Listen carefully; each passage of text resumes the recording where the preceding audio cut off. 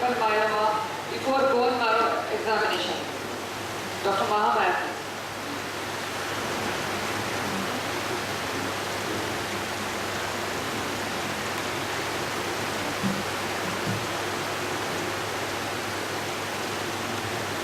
Good morning, everybody. My topic is role of serum-positive electrophoresis and bone marrow regulation in diagnosis of multiple myeloma. 5 serum protein fractions: albumin, globulin, alpha-1 globulin, alpha-2 globulin, beta-globulin, and gamma-globulin are separated by electrophoresis at apparent pH of 8.6. This is known as bone electrophoresis. The AIM protein represents the overproduction of the homogeneous immunoglobulin or its fragment by the myeloma cells in multiple myeloma. The immunoglobulins and three type chains are detected by electrophoresis of urine or serum or by immunofixation or immunoelectrophoresis in 97% cases of multiple myeloma.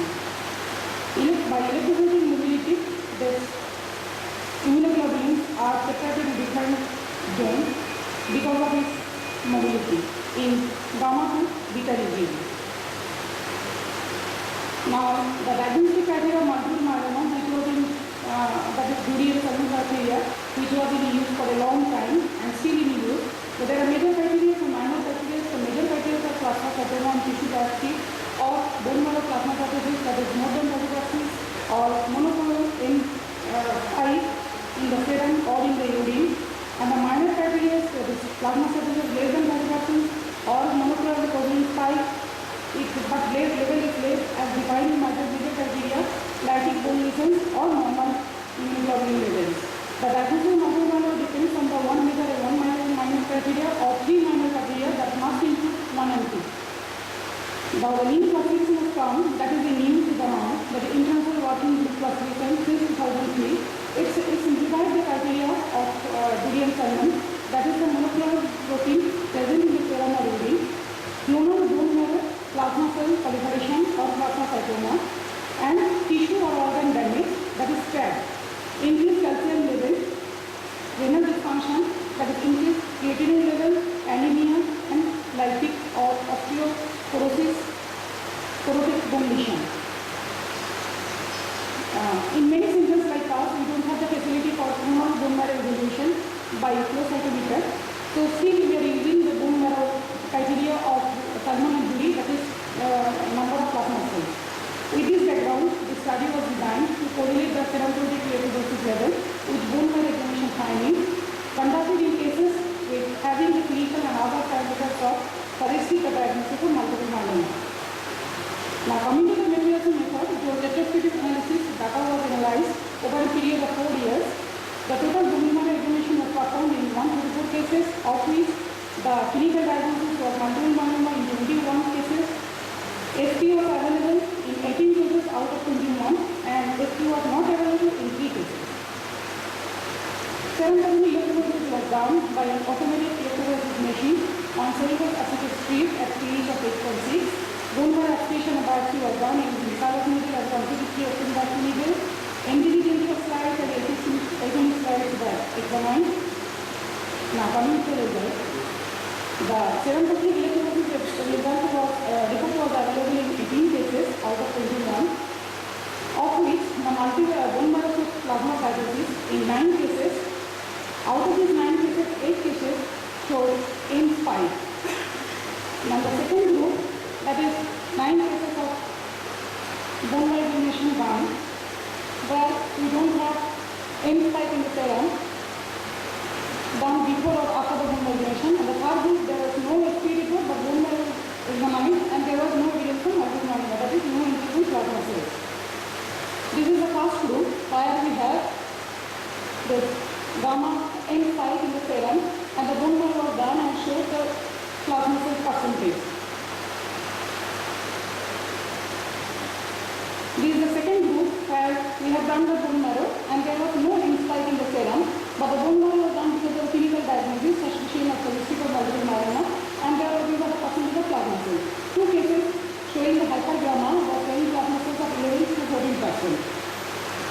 This is the third group where there was no SP report, so there was no increase in plasma cells in the bone marrow. These are some of the pictures of the cases of electrophoresis. This is the pattern. This is one case showing end site in the gamma region. This is another case showing end site in the beta region. This is showing another case showing end site in the alpha 2 region. This is bone marrow findings is one of the case showing 97% plasma cells in the bone marrow. On the high path view, the beautiful looking plasma cells. This is another case, the Stephen biopsy showing sheets of plasma cells. So 90% cases of multiple myeloma shows end spike, presence of end spike in the serum. In one case, there was no impact in the serum. However, in this case, urine electrophoresis or free light chain assay was indicated. The most common type of end spike is in gamma region followed by beta region. Two cases of hypergammaglobulin where it was bone marrow plasma of 11 to 14%. In these two cases, immunosuppression was advised to prove the monoclonality. One case showed metastatic carcinoma. However, in majority of the cases, there was no increase in plasma cells in the bone marrow. In these majority of cases, the bone marrow could have been avoided as there was no increase in monoclonal immunoglobulin level as per the criteria of international working group. So, statistically, the sensitivity analysis pattern shows that serum electrophoresis was 90% sensitive and it has a positive predictive value of 100%. So, conclude, the serum protein electrophoresis is a simple, non-invasive, cost-effective screening test that can guide the diagnosis of multiple myeloma by exploring for monoclonal end spike and therefore a painful invasive procedures like bone marrow donation can be avoided. Thank you.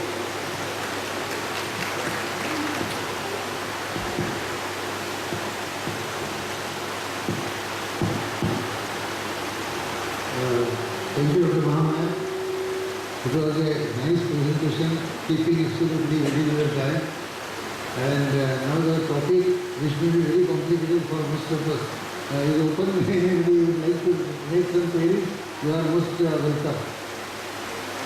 But I am really very happy that there is a non-invasive, less painful or no painful investigation available, which can diagnose a very deadly disease much in advance. So in case there are no questions, can we proceed ahead? Thank you, madam. Thank you very much. Now I will call Dr. Sarika Verma, DNB PGT, Obstetrics, GRC. Her topic is retrospective analysis of risk factors for LBW neonates, low birth weight neonates in Central Hospital. Dr. Sarika Verma.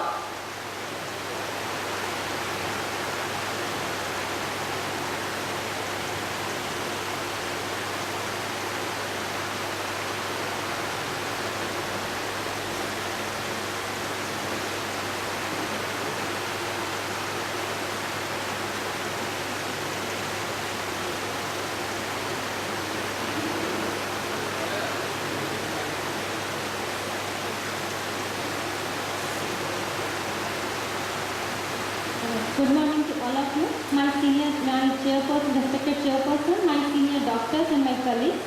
I am here to present my study about retrospective analysis of risk factors for low birth weight neonates conducted in Central Hospital. First of all, introduction. Birth weight is a powerful predictor of infant growth and survival. Low birth weight has been defined by the WHO as a weight at birth of less than 2,500 grams. Low birth weight is considered the single most important predictor of infant mortality, especially of death within the first month of life, and substandard growth and development subsequently. As per the WHO estimation, about 25 million low birth weight babies are born each year, and 95% of them are from developing countries. Incidence of low birth weight in India in the year 2008 was 30% according to UNICEF data. Low birth weight is a result of preterm birth, intrauterine growth restriction, or a combination of both pathophysiologic processes. Numerous factors including maternal and fetal contribute to low birth weight. Maternal factors include low maternal food intake, hard physical work during pregnancy, and illnesses, especially anemia, infection, and PIH. Various genetic and environmental factors, especially cigarette smoking, can also cause low birth weight, short maternal stature, very young age, high parity, close birth spacing, high C8 cow cell counts in the HIV infection, all are associated factors. Since neonatal mortality is 20 times more likely for low birth weight babies compared to the heavier babies, and the increase in survival rate for low birth weight leads to increased healthcare costs due to extensive hospital stays. Thus maternal risk factors are mostly modifiable and cost of preventing them are well within reach even in poor countries. So it is therefore imperative to identify the risk factors for low birth weight in various communities in the country in order to come up with the feasible intervention strategies to minimize the problem and its burden on society. Now, aim and objective of my study was to identify the maternal risk factors for low birth weight neonates and to determine the cost-effective measures to reduce the incidence of low birth weight neonates. The materials and methods. This is a retrospective case control study performed in the Central Hospital, Kolkata between August 2010 to the end of July 2012. The study protocol was approved by the Ethical and Scientific Committee. All the patients, irrespective of their gestational age, were included, and the data of this study was collected from the medical records of neonates born in the selected time period. Both the mothers and babies' records were reviewed. Eligibility criteria for cases were to deliver a live newborn weighing less than 2500 grams. Eligibility criteria for controls were to deliver a single live newborn weighing more than 2499 grams. Mother of babies with birth weight of more than 2499 grams who were born consecutively after each case constitute the control group. About statistical analysis, association of the risk factor under study was assessed by applying chi-square test with a level of significance less than 0.05, and to assess the strength of the association, the odds ratio and the 95% confidence interval of the odds ratio was calculated. Now, following risk factors were assessed in my study between 100 cases and 100 control groups. These risk factors are age less than 20 or more than 30 years, maternal height less than 145 cm, maternal pre-pregnancy weight less than 45 kilograms, maternal education with illiteracy and primary education, and birth spacing less than 2 years.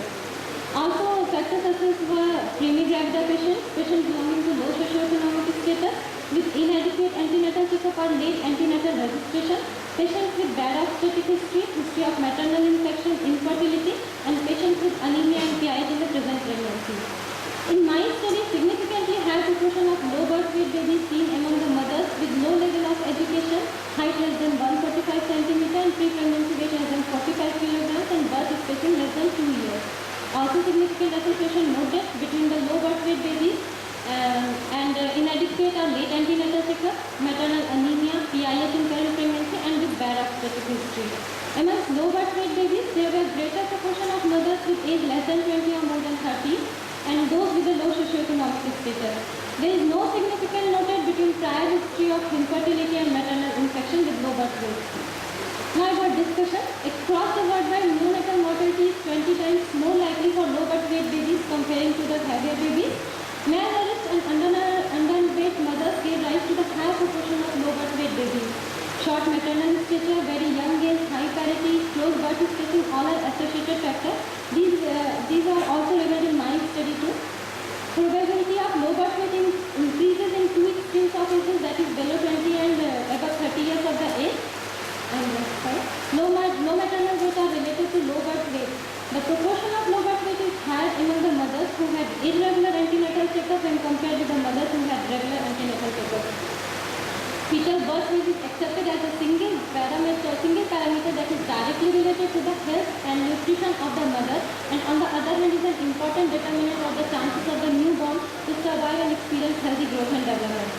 In conclusion, findings indicate that gestational age, maternal age, regular antenatal checkup, mother's height, mother's weight, anemia, low socioeconomic status, inadequate birth spacing, and history of abortion, these all are significant determinants of low birth weight. This is consistent with the national and international findings indicating that maternal variables and risk behaviors during pregnancy play important role for low birth weight.